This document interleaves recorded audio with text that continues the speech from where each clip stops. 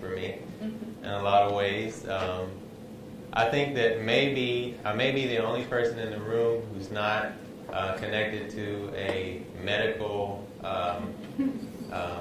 format or some sort of nursing format. So it's been interesting just to sit and listen to all the conversations that have been going. I've actually wanted to say things a couple times, but I just didn't. I didn't say anything. But I just listened, and it was very interesting. I learned a few new words that I never heard before. One is placebo. That's a new word. That's new for me.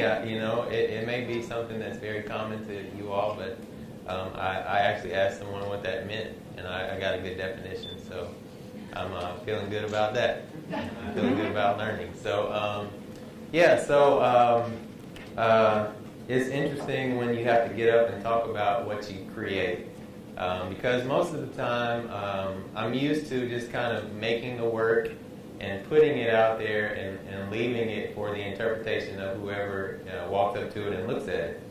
Well, in this situation, I kind of am forced into talking, and that's not so hard in a group like this. I was a little nervous before, but then I thought about it. I said, well, this is just a group of caring people.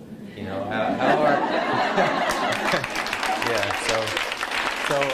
so actually, how hard could that be? I took a few ideas that were stated. The first thing was I was trying to kind of come up with a theme, because I didn't want to present you with something that was so abstract that you would have to really get into interpreting every little aspect. I wanted to think of it in terms of, if I was not actually here to describe it to you, what would you come up with? So I had a couple of thoughts about how I would do this. The first one was very artistic, where I would just bring the painting down and walk out of the room and stay out of the room for about 10 minutes and then come back in and then ask questions, to see what you interpret it as, because I'm here today with my painting, but when you see the painting again, for those of you who are going to be around, I will not be around, and the painting may look slightly different because I'm going to take it and rework it and tweak it a little bit. But the tree, it represents a sort of a base, a sort of safe place.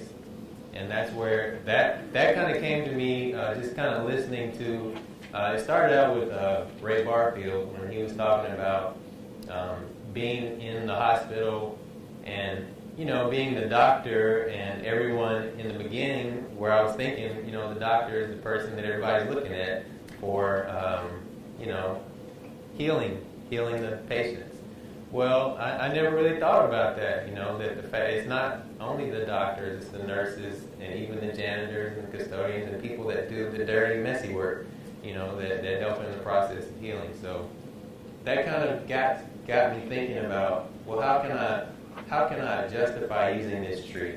And that kind of is where I got the inspiration, was that conversation that you had. The other part was that caring is not, it's not a individual effort. So what my goal was when I put all the figures in the painting, all the figures are connected somehow. Whether it's by hand or they're all touching the tree, they're all connected. And the tree is actually what's keeping them safe. So if they were not connected to each other and the tree, they may get blown away in the weather or in the environment. So their connection keeps them tied together. And as they get higher up the tree, they become more relaxed because things are easier, and it's almost kind of like the healing happens as they go up the tree. So that's kind of my concept that I came up with for the thing.